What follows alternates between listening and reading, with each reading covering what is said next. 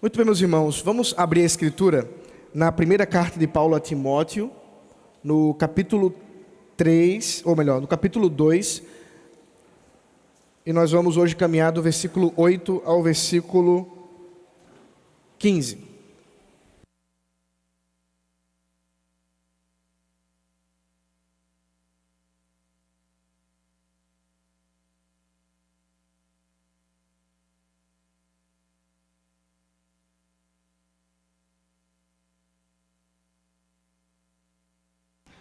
Muito bem, meus irmãos, primeira carta de Paulo a Timóteo, capítulo 2, versículo 8 até o versículo 15. Estejamos com os nossos ouvidos bem atentos. O Senhor falará com sua igreja a partir desse momento, e é necessário que a igreja esteja atenta ao que Deus tem reservado para o seu povo agora. Quero, pois, que os homens orem em todos os lugares, levantando mãos santas, sem ira e sem animosidade. Da mesma forma que as mulheres, em traje decente, se enfeitem com modéstia e bom senso, não com tranças no cabelo, ouro, pérolas ou roupas caras, porém com boas obras, como convém a mulheres que professam ser piedosas. A mulher aprenda em silêncio, com toda a submissão. E não permito que a mulher ensine, nem que exerça autoridade sobre o homem. Esteja, porém, em silêncio. Porque primeiro foi formado Adão, depois Eva. E Adão não foi iludido, mas a mulher, sendo enganada, caiu em transgressão. Mas ela será salva tendo filhos, se permanecer em fé, amor e santificação com bom senso. Até aqui a palavra do Senhor, vamos orar mais uma vez. Deus bendito, Tua palavra é tão maravilhosa, Senhor, que nos ensina sobre tudo o que é necessário, tudo o que precisamos conhecer para que sejamos capacitados e habilitados para toda boa obra. E mais uma vez nessa manhã rogamos que o Teu Espírito nos dê a capacidade de compreender a Tua palavra de modo adequado, bem como, Senhor, estarmos prontos e preparados para Te servir em toda boa obra que o Senhor mesmo nos capacita. Assim, Senhor, nós Te louvamos e bendizemos em nome do nosso Jesus Cristo, Messias, Redentor, que enviaste. Amém. Meus irmãos, nós vivemos tempos de confusão a respeito do tema culto, de como que devemos nos portar no culto ao Senhor. Isso não é novidade, já temos tratado sobre esse problema uma diversidade de vezes. Vez ou outra precisamos ser lembrados disso, e o Senhor tem feito por meio das pregações, por meio das exposições continuadas. Vivemos situações curiosas nesse sentido de confusão. Alguns muito preocupados com formalismos, mas muitas vezes pouco preocupados com a vida.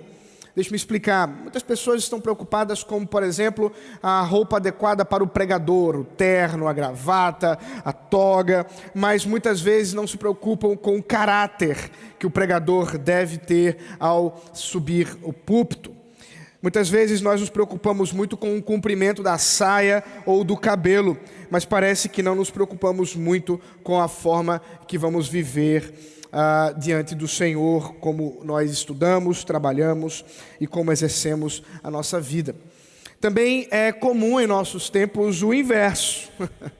A preocupação com a vida, mas sem preocupar-se com questões externas, e muitas vezes tomamos certos sustos com a forma com que alguns irmãos e irmãs vêm ao culto, e muitas vezes de forma muito desleixada, algumas vezes com roupas extremamente sensuais, que mostram o corpo sem que haja qualquer motivo para isso. Vamos falar sobre isso hoje.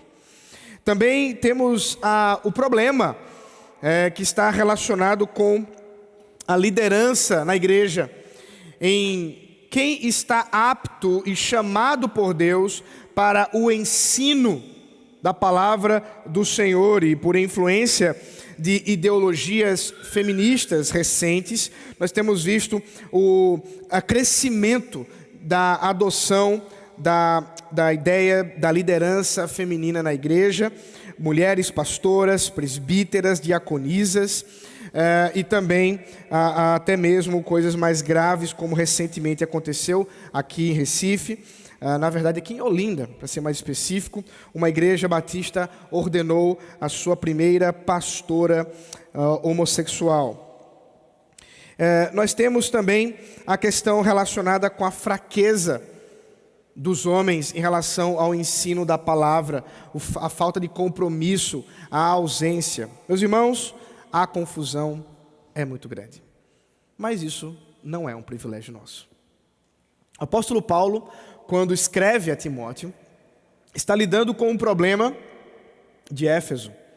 E o que acabamos de ler poderia ser escrito pelo apóstolo Paulo hoje, mas ele escreveu há quase 2000 anos. Lá está, portanto, Paulo falando sobre uma diversidade de instruções da conduta, do modo de agir de homens e mulheres no culto ao Senhor. E como devem se portar externa e internamente diante de Deus quando estão reunidos em assembleia pública de adoração. Temos algumas dificuldades do texto, e como eu disse aos irmãos na semana passada, o capítulo 2 da primeira carta de Paulo a Timóteo é um capítulo muito difícil. Vimos alguns versículos complicados na semana passada e veremos hoje também. E as dificuldades são muitas. Uma das dificuldades, sem dúvida, é que é muito difícil montarmos o cenário completo daquilo que Paulo menciona a Timóteo. Por quê? Porque nós estamos como se estivéssemos ouvindo alguém conversando no telefone e só estamos ouvindo a resposta de um dos lados da linha. A gente não consegue saber o que estava acontecendo em Éfeso, quais as dificuldades que Timóteo estava enfrentando, especificamente naquela igreja ou naquela época, e que ensejou, ou que ensejaram o apóstolo Paulo falar o que acabou de dizer. Então, nós temos que, de uma certa forma, com muito cuidado, tentar montar o cenário a partir daquilo que Paulo menciona e, portanto, trabalharmos com aquilo que temos textualmente inspirado por Deus. E confiarmos no Senhor, no fato que, se Deus não nos deu o resto da história, estamos satisfeitos com aquilo que Ele nos deu, porque é necessário e suficiente para a nossa edificação. Portanto, algumas questões aqui apontam o contexto que já vimos na carta. Questões relacionadas à liderança, falsos mestres, hereges que estavam ensinando e subindo no púlpito, ensinando a igreja de forma inadequada. E nós podemos inclusive imaginar aqui uma questão de insubordinação e sensualidade feminina. No período do Império Romano, nesse período em que a carta de Paulo está sendo escrita a Timóteo, nós temos alguns movimentos, alguns modos de ser da mulher naquela sociedade. É claro que nós não temos tudo, mas a arqueologia, alguns escritos já nos ajudam a compreender algumas dinâmicas. Por exemplo, o uso adequado da cobertura na cabeça, o véu. Nós sabemos hoje que o véu era usado pelas mulheres, tanto as judias quanto as gentias, como um modo de transparecer à sociedade da sua disponibilidade ou indisponibilidade ao matrimônio, ou em outros casos, até mesmo a questão de prostituição. Vou explicar. Quando a mulher casada usava o véu, ela mostrava a sua dignidade para com o seu marido, a sua honra para com o seu marido e a sua modéstia. E, portanto, quando ela deixava de fazer isso, ou ela estava sem marido, ou ela era uma prostituta. As prostitutas cultuais, elas tinham um certo modo de agir. O problema nós não sabemos bem, é que talvez tenhamos mulheres que tenham saído dessa vida, seja da prostituição cultual, seja casadas com os seus maridos, e que agora cristãs parece que se sentiam livres para agir de qualquer maneira. Esse problema é muito parecido com aquilo que Paulo enfrentou em Corinto. Vimos isso no ano passado, no ano retrasado, melhor dizendo.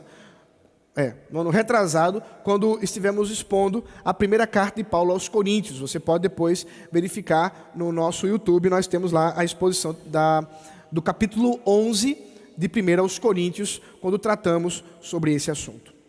Agora, a gente precisa entender que, apesar de nós não sabermos tudo o que estava acontecendo, precisamos verificar que algumas questões são de ordem universal e servem para nós hoje também.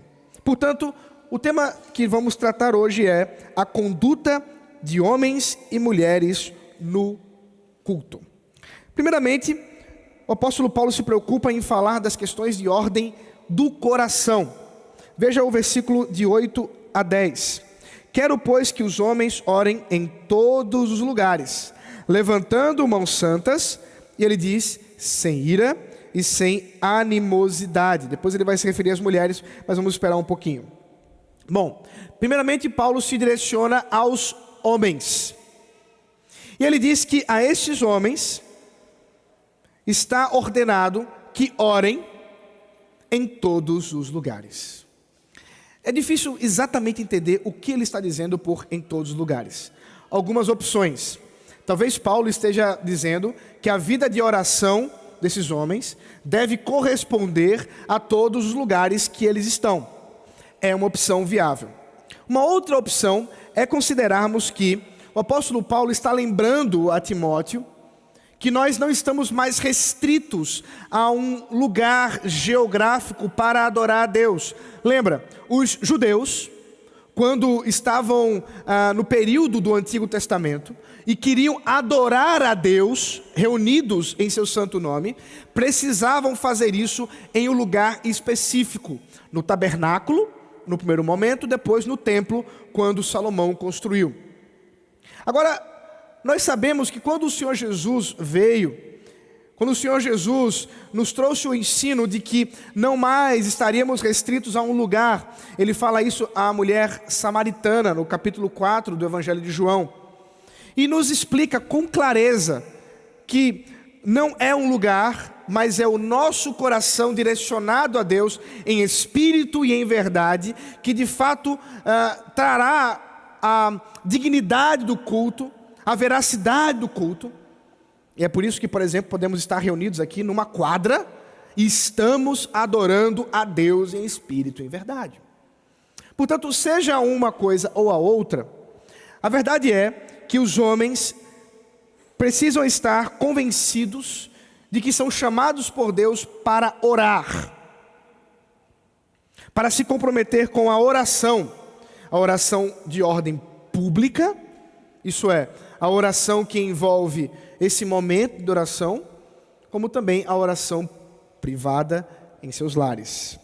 Claro que nesse período a pública também era nos lares, porque eles se reuniam em casas. Agora, quais são as características, os critérios para que essa oração seja adequada? A conduta dos homens em suas orações. Primeiramente, levantar as mãos santas. Bom, no Antigo Testamento nós temos uma infinidade de declarações sobre gestos de culto ao Senhor. Seja, por exemplo, levantar as mãos, curvar-se, ajoelhar-se. São vários sinais, símbolos que eram de fato usados para a adoração a Deus. Portanto, não é algo novo quando Paulo fala que as mãos devem ser levantadas em adoração ou em oração ao Senhor. Porém, quando ele caracteriza essas mãos como santas, como separadas, nos parece que Paulo não está simplesmente preocupado com uma ação externa, mas está de fato muito mais preocupado com questões de ordem interna, o coração. E quando ele se direciona para explicar ainda mais um pouco o que ele está querendo dizer, ao dizer que deve ser sem ira e sem animosidade, realmente nós entendemos que o ponto não é que quando os homens oram, eles precisam necessariamente levantar suas mãos. Isso pode acontecer? Pode. Levantar as mãos é um ato de declaração que nós não estamos direcionando a nossa voz para o povo abaixo, mas sim aquele que está acima, para onde apontamos as nossas mãos. Isso faziam os nossos pais no Antigo Testamento, faziam os cristãos, né? Nós temos inclusive em alguns desenhos em catacumbas de reuniões onde os cristãos estavam ali adorando a Deus, onde há desenhos de cristãos reunidos com as mãos levantadas, adorando a Deus em oração. Lembra que inclusive o cantar ao Senhor também é uma oração. Mas o que Paulo está preocupado não é tanto o mero ato externo, mas a integridade do coração. É necessário que o homem, vindo a adorar a Deus, esteja comprometido com santidade, esteja comprometido com pureza. Os homens, ao se direcionar ao Senhor, precisam santificação. Não é à toa, portanto, que nós, inclusive, quando estamos reunidos, oramos ao Senhor, confessando nossos pecados, purificando por meio de sua lavagem com o sangue do Cordeiro as nossas vidas. Portanto, oração e santificação tem tudo a ver. E nós não sabemos, é mais uma dessas coisas que a gente não entende, por que Paulo se direciona aos homens para falar isso. Talvez fosse o caso que em Éfeso havia uma falta de compromisso com os homens, de fidelidade e santificação. E Paulo quer lembrá-los de que para se portar diante de Deus, para chegar-se ao Senhor, para estar diante do Senhor em oração, é necessário vida de oração, ou melhor, vida de santidade para a oração. É necessário purificação. Talvez seja isso, nós não temos como ter certeza. Mas o ponto é que para nós nos direcionarmos ao Senhor em oração, precisamos de santificação. E Paulo usa mais duas coisas para nos dar características da oração dos homens. E aqui homens, meus irmãos, é homem mesmo. Não é homem em geral não, é homem, os homens do sexo masculino, tá bom? Primeiro, sem ira. Mais uma vez, nós não sabemos o que estaria, por exemplo, motivando a ira dos homens em Éfeso. Talvez fosse uma questão de ordem, de vingança, por conta, por exemplo, das perseguições com lideranças. Afinal de contas, ele acabou de mencionar que devemos orar por todos os homens, inclusive por aqueles que são reis e líderes investidos de autoridade. E considerando a vida de Paulo e também a vida dos discípulos de Cristo, nós sabemos que eles não gozavam de bons relacionamentos com líderes. Então talvez seja o caso que Paulo esteja lembrando, olha, quando você for orar, mesmo diante de perseguição, mesmo diante de situações de inimizade, de injustiça, não se leve ao Senhor com ira. Não se deixe levar com os seus lábios apenas ódio, mas clame ao Senhor em favor de todos os homens, como ele já havia mencionado. A animosidade, nós também temos dificuldade de saber o que estava acontecendo para ele mencionar. A palavra animosidade literalmente tem a ver com debate. Inclusive é a palavra grega que origina a nossa palavra diálogo. Dialogismos é a palavra grega. Nós também não sabemos exatamente os detalhes, mas ao que parece, Paulo está preocupado com debates internos e externos, porque a palavra grega dialogismos, ou dialogismos, poderia de fato ser relacionada com questões internas da alma, com inconformidades. E o que talvez Paulo esteja dizendo aqui é que quando nós nos direcionamos em oração ao Senhor, devemos estar com os nossos corações organizados. A nossa mente tem que estar direcionada a Deus, buscando paz, e não motivado por iras, debates, contendas, guerras. Então, Paulo está falando de fato das motivações de quando estamos orando. Aquilo que nos motiva quando nos direcionamos ao Senhor. E isso é algo que a gente precisa pensar. Olhe bem aqui. Quando nós estamos orando, nós precisamos ser lembrados que estamos falando com Deus. Um Deus que conhece quem você é, que conhece seus pecados, que conhece seus pensamentos. Um Deus que conhece suas motivações últimas. Um Deus que sabe, antes que haja boca nos seus lábios, o motivo pelo qual, palavra nos seus lábios, o motivo pelo qual você está falando. Deus que sabe muito bem a origem das suas palavras. Portanto, a motivação do Senhor, aquilo que vem para o Senhor, precisa ser algo muito cuidadoso. Homens, prestem bem atenção aqui. Talvez Deus tenha nos dotado com um senso de justiça, para que possamos, de modo muito natural, estarmos preparados para defender, para cuidar daqueles que estão ao nosso redor. Mas não permita que essa característica seja uma distorção na sua vida e você termine se lançando ao Senhor, você termine se entregando ao Senhor em oração, sempre com o coração carrancudo, com animosidade, com desejos estranhos no seu coração. Cuidado com as motivações da sua alma quando você fala com Deus. Bom, essas são as questões que Paulo menciona aos homens. Mas agora, a partir do versículo 9, ele se direciona às mulheres. E ele diz: da mesma forma, portanto, ainda no mesmo assunto, ainda continuando a falar sobre oração e, portanto, adoração, que as mulheres, em traje decente, se enfeitem com modéstia e bom senso, não com tranças no cabelo, ouro, pérolas ou roupas caras, porém com boas obras, como convém às mulheres que professam ser piedosas.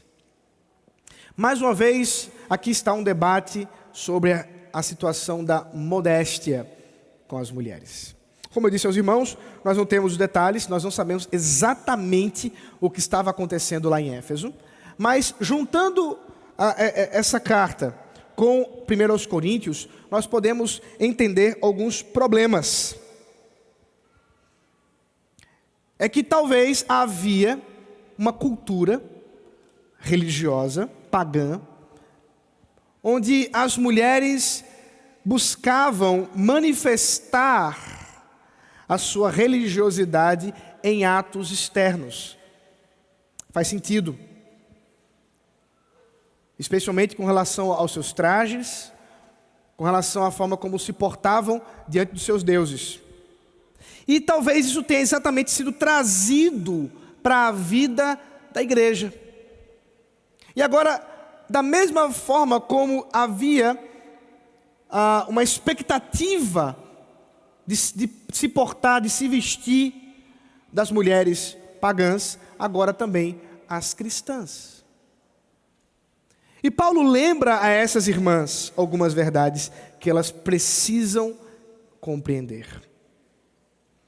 Que apesar das questões culturais da sociedade romana, bem diferente das nossas, as mulheres daquela época também parece que se portavam de modo a sensualizar os seus corpos quando estavam em adoração pública. Por exemplo, nessa cultura, dessa sociedade, o cabelo era um objeto de erotismo, de sensualidade. O cabelo envolvia-se, porque especialmente estava coberto geralmente por causa do véu. E quando as mulheres deixavam seus cabelos soltos ou faziam tranças, elas estavam de uma certa forma causando tentação, intencional ou não, para os homens. E Paulo percebe a necessidade de lembrar a essas mulheres, sejam elas solteiras, casadas, como elas devem se portar no culto ao Senhor. Numa sociedade onde mulheres que se prostituíam no culto ao paganismo, no culto pagão, as mulheres deveriam se portar completamente diferente. Deveriam cuidar muito bem da forma como estavam sendo observadas. Sejam porque estavam preocupadas com seus corpos, ou talvez com suas joias, suas roupas caras. Roupas caras, meus irmãos, naquele período eram roupas coloridas. Roupa cara não é uma roupa de uma marca famosa, lembra disso, né? Roupa cara era uma roupa que, para ser produzida, envolvia mais trabalho. E roupas coloridas envolviam-se exatamente com isso. Então, imagine só. Lá está o povo adorando a Deus e chega a irmã Maria, vai com as outras. E essa irmã está lá com o seu vestido todo colorido de seda, cheio de cores, tranças, joias, ouro, brilho, ela chega e já dá uma ofuscada nos irmãos. E sem véu. Afinal de contas, por isso que ela queria mostrar a trança dela, né? Junto o seu marido, senhor Banana, que permitia que tudo isso acontecesse. Meus irmãos, aquilo ali era um ato de desonra ao Senhor. Aquilo ali era um ato não de culto a Deus, mas de fato um ato de desonra ao Senhor. E portanto o apóstolo Paulo deseja lembrar a essas mulheres e a todas mulheres cristãs de todos os tempos, que não é, preste bem atenção minhas irmãs, não é o seu penteado, não será o seu vestido,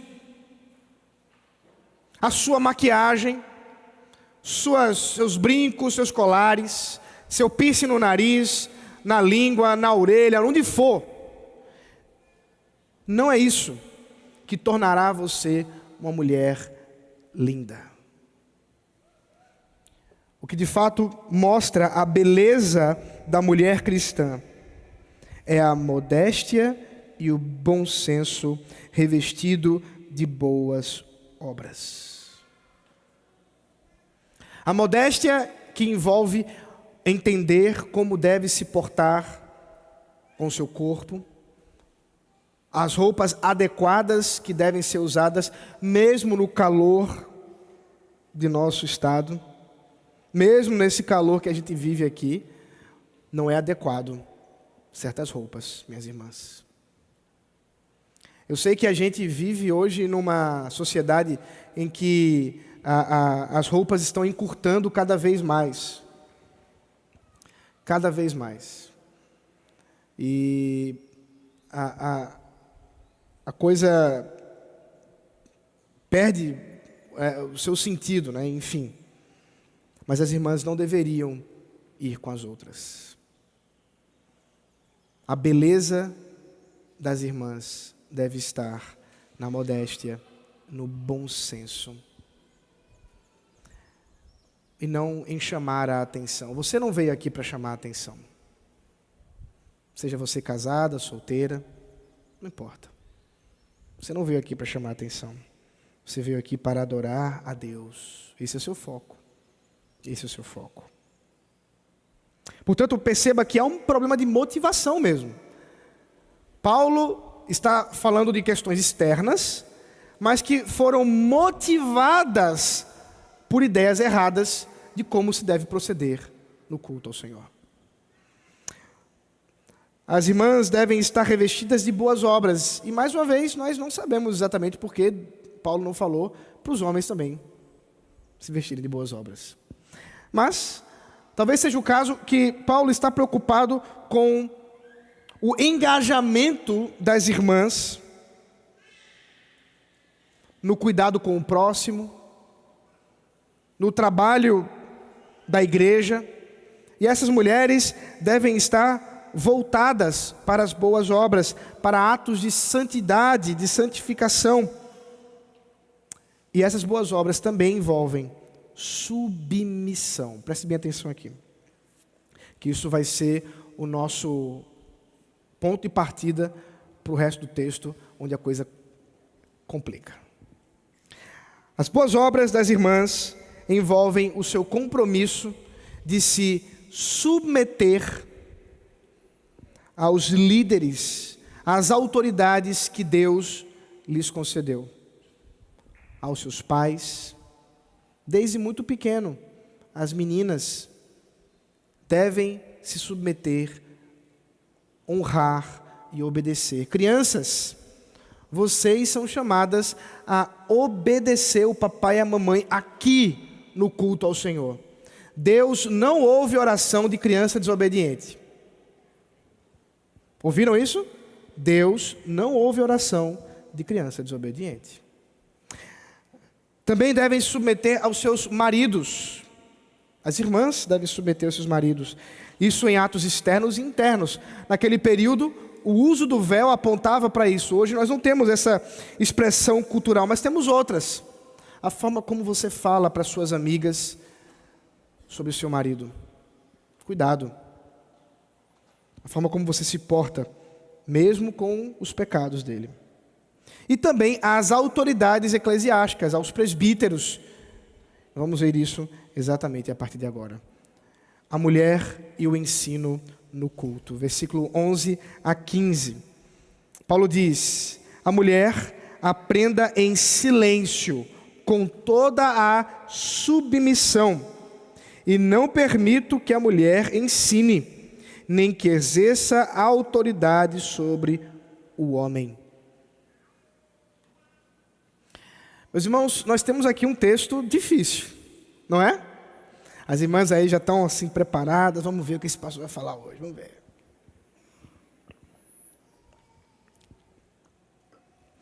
Meus irmãos, pretendo falar somente aquilo que o Senhor diz aqui em sua palavra. Se não gostar, reclame com Ele. Primeiro, alguns detalhes a respeito do que é ensino. A palavra grega didasko, que é o verbo que o apóstolo Paulo usa aqui, que é proibido à mulher, ocorre algumas diversas vezes no Novo Testamento. E essa palavra está associada a um ensino autorizado. Alguém que foi autorizado para dar alguma palavra de ensino. Por exemplo, vamos para a carta de Paulo a Tito. Tito, capítulo 1, versículo 5 a 9. Nós temos essa mesma palavra sendo usada, associada à autoridade dos presbíteros. Foi por esta causa, Paulo falando a Tito, que deixei você em Creta, para que pusesse em ordem as coisas restantes, bem como em cada cidade constituísse presbíteros conforme prescrevia você. Alguém que seja irrepreensível, marido de uma só mulher, que tenha filhos crentes, que não são acusados de devassidão, nem são insubordinados. Porque é indispensável que o bispo, por ser encarregado das coisas de Deus, seja irrepreensível, não arrogante, alguém que não se irrita facilmente, não apegado ao vinho, não violento, nem ganancioso. Pelo contrário, o bispo deve ser hospitaleiro, amigo do bem, sensato, justo, piedoso, deve ter domínio de si. Agora, o nosso ponto. ser apegado à palavra fiel que está de acordo com a doutrina, para que possa exortar pelo reto ensino e convencer os que contradizem este ensino. Agora, uma outra ocasião em que a palavra ensino é usada para pessoas que estão desautorizadas a ensinar. Atos, capítulo 15, o versículo 1, diz assim: alguns indivíduos que foram da Judeia para Antioquia ensinavam aos irmãos: se vocês não forem circuncidados segundo o costume de Moisés, não podem ser salvos. Pulando aqui o texto e indo para o versículo 23, nós temos a carta que o Concílio de Jerusalém escreve para ser lida aos irmãos em Antioquia diante deste ensino desses homens. Diz assim: os irmãos, tanto os apóstolos como os presbíteros, aos irmãos gentios em Antioquia, Síria e Cilícia, saudações. Agora presta atenção. Visto sabermos que alguns que saíram de nosso meio, sem nenhuma autorização, perturbaram vocês com palavras, transtornando a mente de vocês. Perceba, esses homens estavam ensinando sem autorização. Então entenda, o ensino didático, o ensino autorizado ou autoritativo no Novo Testamento envolve não apenas uma questão de serem homens, mas serem homens autorizados por Deus por meio da igreja. Isso você vai encontrar em outros momentos das cartas de Paulo, quando ele fala, por exemplo, a Timóteo, da imposição de mãos que ele recebeu exatamente para estar capacitado. Por isso, o ensino autoritativo nunca é usado de forma positiva para as mulheres no Novo Testamento. A palavra didasco, o verbo didasco, nunca ocorre no Novo Testamento para mulheres de forma positiva. Ela vai ocorrer para mulheres, por exemplo, quando fala aqui, que elas não podem ensinar, e para Jezabel, um símbolo de inimizade com Deus em Apocalipse, quando Jesus, escrevendo às igrejas da Ásia Menor, diz que, por meio de João, que Jezabel ensinava na igreja. O que pode, inclusive, dar a entender que havia, sim, mulheres que estavam ensinando sem autorização no culto ao Senhor. Por isso é que, na pergunta 158 do Catecismo Maior de Westminster, os nossos irmãos dizem o seguinte: quem tem permissão para pregar a palavra de Deus? Resposta: a palavra de Deus deve ser pregada somente por aqueles que têm dons suficientes e são devidamente aprovados e chamados para o ofício, para o ministério da pregação da palavra. 3 características que apontam a aptidão para pregar a palavra de Deus no culto: dons, portanto, ter sido capacitado pelo Espírito Santo para o ensino; a aprovação da igreja, portanto, ter sido experimentado, ordenado e enviado para o trabalho de pregação da palavra; e o chamado, que aqui pode ser entendido inclusive com a ordenação em seu modo mais específico, portanto, ser aprovado e ordenado para o ofício. No nosso contexto da Igreja Presbiteriana do Brasil, isso se dá por meio do presbitério e do conselho subordinado ao pastor presbítero docente da igreja. Voltando às mulheres. Aqui nós vemos que as mulheres demonstram sua piedade com Deus no respeito às autoridades instituídas em suas vidas. E é por isso que Paulo diz que elas precisam aprender em silêncio. O que é esse silêncio aqui? Essa quietude, que é uma palavra talvez mais próxima do significado do que Paulo está dizendo aqui. A quietude é exatamente que as mulheres devem ouvir e não questionar publicamente o que estão ouvindo.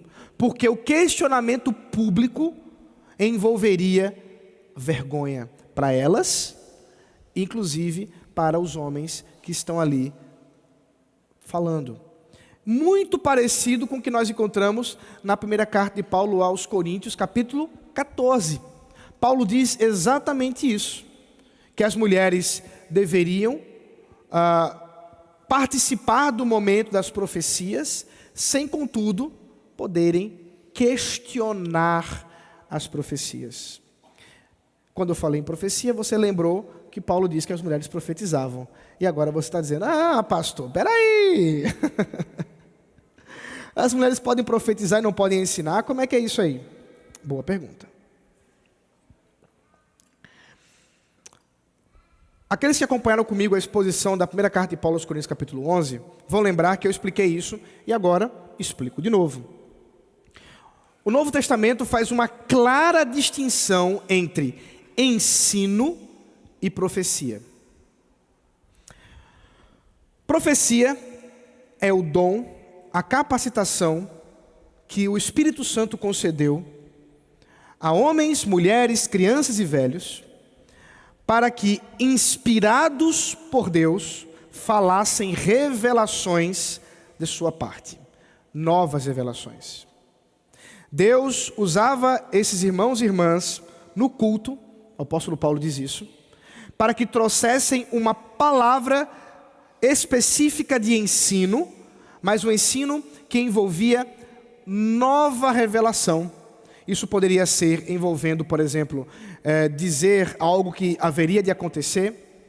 Talvez isso envolvia atos de uma especificidade doutrinária que não estava clara ainda no Antigo Testamento, mas que agora, no Novo Testamento, Deus estava capacitando o seu povo para compreender. Isso Paulo mesmo fala e faz algumas vezes em suas cartas, trazendo novas ideias com base no Antigo Testamento, isso por meio de revelação.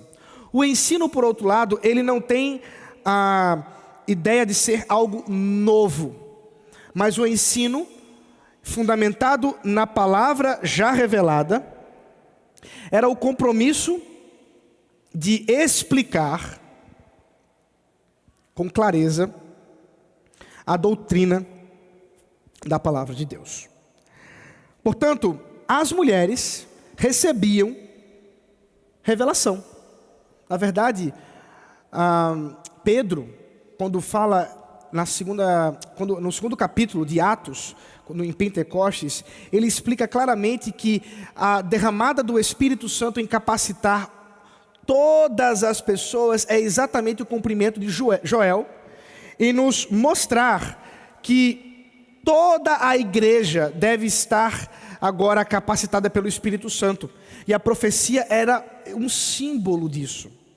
Seja a profecia por idiomas não conhecidos pelo falante, o que era o dom de línguas, que também era um ato de profecia, ou a profecia na língua ali das pessoas que estavam ouvindo, o que era a profecia por ela mesma. Tanto é que o apóstolo Paulo, na primeira carta aos Coríntios, explica que o dom de línguas com interpretação é igual à profecia.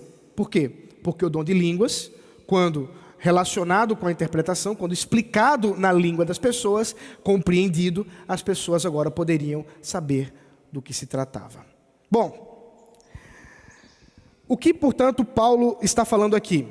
Que apesar das mulheres poderem, pelo poder do Espírito Santo, nesse período, falar da parte dele em novas revelações, não poderiam, como se fossem presbíteras, usar daquela palavra, do ensino das Escrituras, fazer, portanto, uma explicação das Escrituras, um ensino autorizado ou autoritativo para a igreja.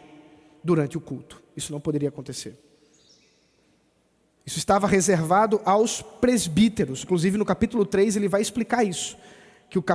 Que os presbíteros é que estão aptos para ensinar. Portanto, o ponto não é que as mulheres não sejam capazes, ou que Deus não use as mulheres, mas que o ensino no culto público, o ensino público está reservado à liderança da igreja e, portanto, os homens chamados para serem líderes. Por isso que não caberia às mulheres participarem de questionamentos. Talvez, inclusive, dentro da liturgia dessa época, a igreja abrisse para perguntas e respostas durante o culto. Inclusive, é o que dá a entender na carta aos Coríntios, que quando terminavam as profecias e o ensino, havia ali um momento de julgar as profecias. Se eram feitas pelos presbíteros somente, ou se a igreja toda participava, é um momento de debate, mas havia perguntas.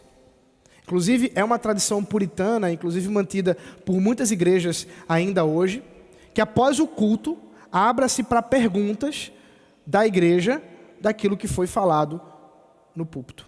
Para que, se houve alguma questão ainda, se tiver alguma questão, as pessoas possam tirar essas dúvidas. Portanto, o impedimento do ensino da mulher é o de tomar a liderança. Por quê? Porque a liderança da igreja está relacionada com a liderança da família. E uma vez que a família é liderada pelo marido, Paulo escreve isso inclusive aos Efésios, o mesmo grupo que ele está escrevendo aqui, as mulheres também não são responsáveis por isso. Não cabe às irmãs, queridas, a pregação pública. As irmãs não foram chamadas para essa responsabilidade de serem presbíteras, diaconisas, pastoras. E aquelas irmãs, mulheres, que tomam para si essa responsabilidade, ainda que eu não acredito que possam ir para o inferno por causa disso, não estou dizendo isso, mas estão em desobediência ao Senhor. Não estão fazendo aquilo que o Senhor chamou as irmãs para fazer. O apóstolo Paulo, com clareza, nos diz isso. Mas talvez você já tenha ouvido algo mais ou menos assim. Mas não é o caso de que talvez a preocupação de Paulo é que algumas irmãs estavam usando de autoridade de modo errado, ou talvez estavam usando da palavra com falsas doutrinas, e com respeito a elas que Paulo está falando? Não, porque o motivo que Paulo nos traz para dizer que as irmãs não devem tomar a liderança da igreja, não devem exercer a autoridade, que ele chama de autoridade de homem. A autoridade de homem aqui é a autoridade dos presbíteros, não é a autoridade de qualquer homem, é a autoridade dos presbíteros oficiais. Essa autoridade, ele diz, o motivo é a criação. Veja comigo o versículo 13. Porque primeiro foi formado Adão, depois Eva. E Adão não foi iludido, mas a mulher, sendo enganada, caiu em transgressão. O que Paulo está dizendo aqui é que a ordem da criação é a prova de que as mulheres não foram chamadas para liderar.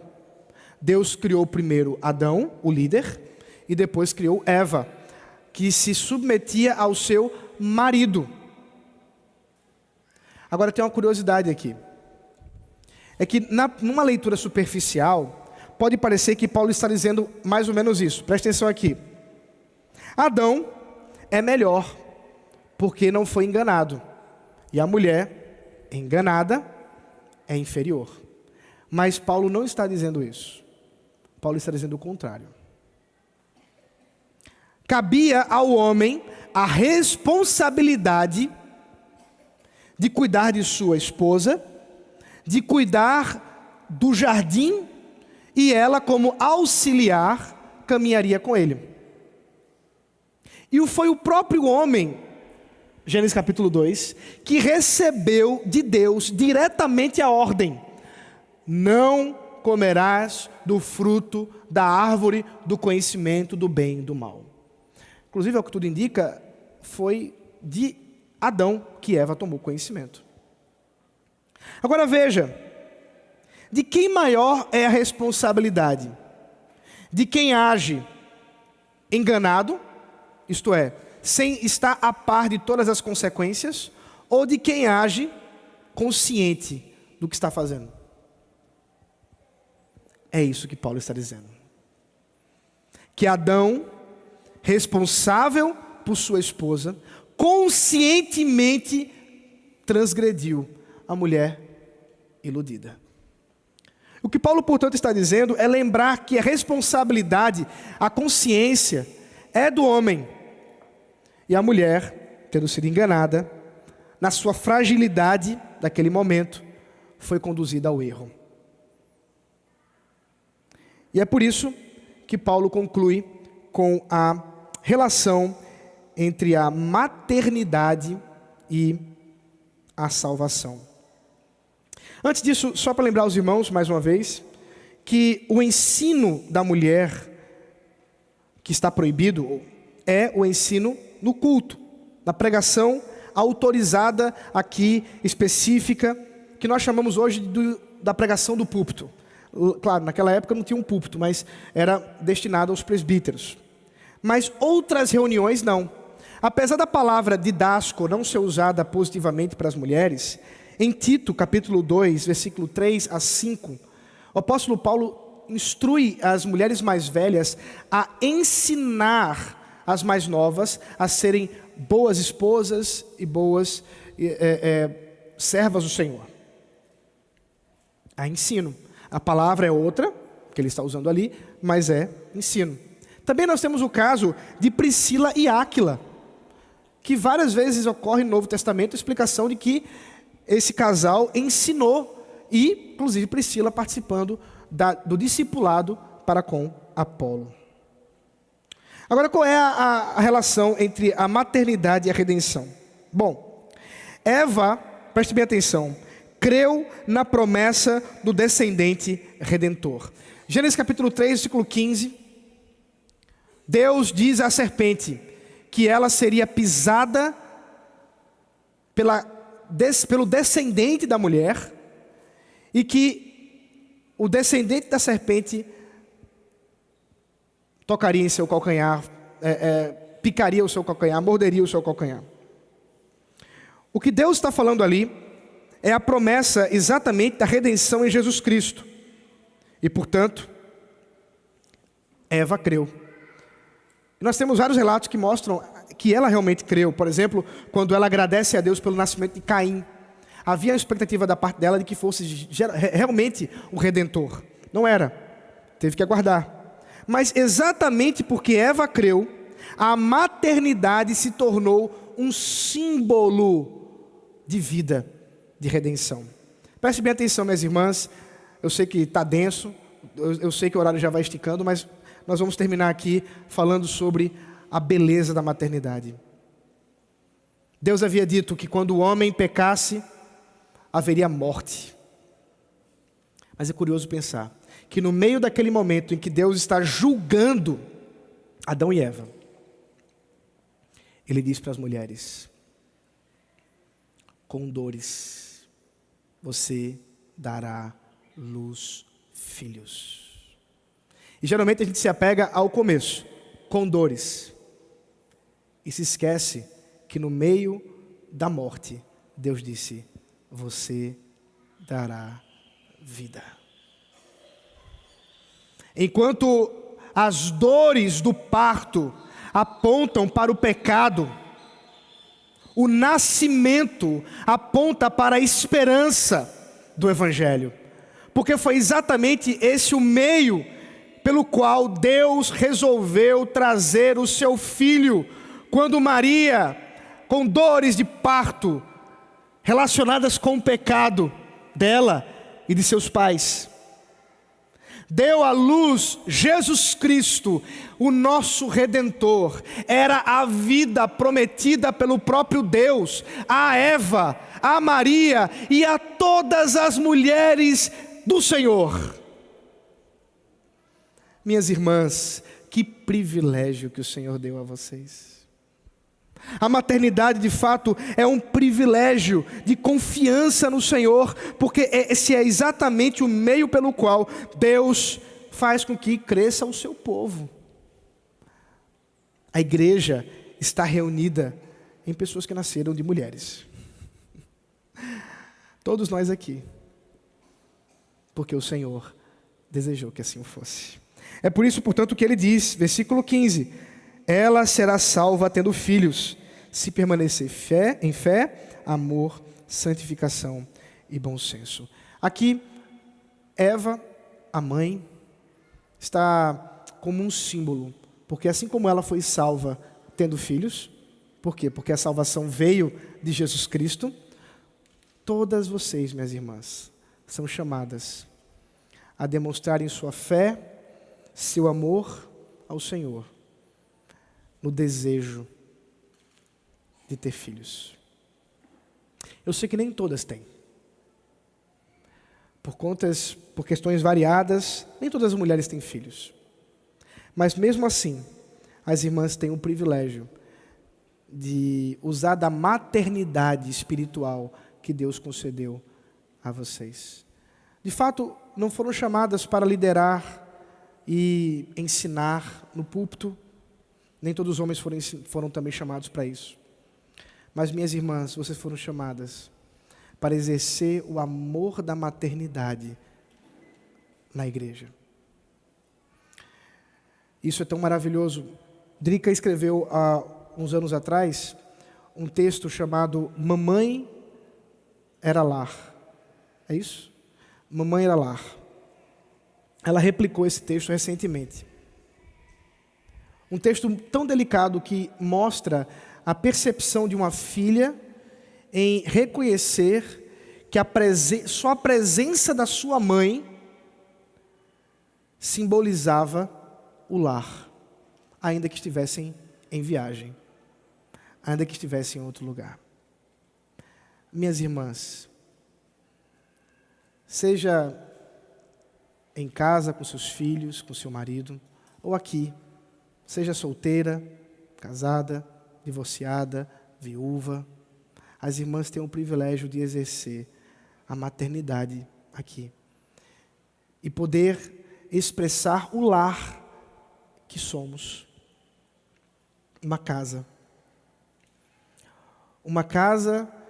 em que o Espírito Santo habita e que as irmãs, com maternidade, podem transformar esse ambiente de serviço, boas obras, santificação, ensino às irmãs, ensino em determinadas situações, para transformar esse ambiente no lar dos crentes, no lar daqueles que sofrem, no lar daqueles que foram abandonados, no lar das mulheres que sofreram abuso, no lar das mulheres que foram injustiçadas, no lar dos homens que foram injustiçados. Um lugar de acolhimento. Essa é uma missão de maternidade para vocês, minhas irmãs. Culto é coisa séria e precisamos estar atentos como nos portamos no culto. Que o Senhor aplique em nossos corações essa palavra e nos dê a integridade, a seriedade de quando estamos reunidos aqui para a honra e glória do seu santo nome. Deus maravilhoso, nós te agradecemos pela tua palavra, teu ensino. Abençoa, ó Deus, o teu povo diante das verdades que foram aqui ditas. Que de fato aquilo que é teu, Senhor, alcance os corações. Aquilo que não é teu, Senhor, que seja esquecido. E assim, Senhor, nos exorte e nos transforme. Em nome de Jesus Cristo. Amém.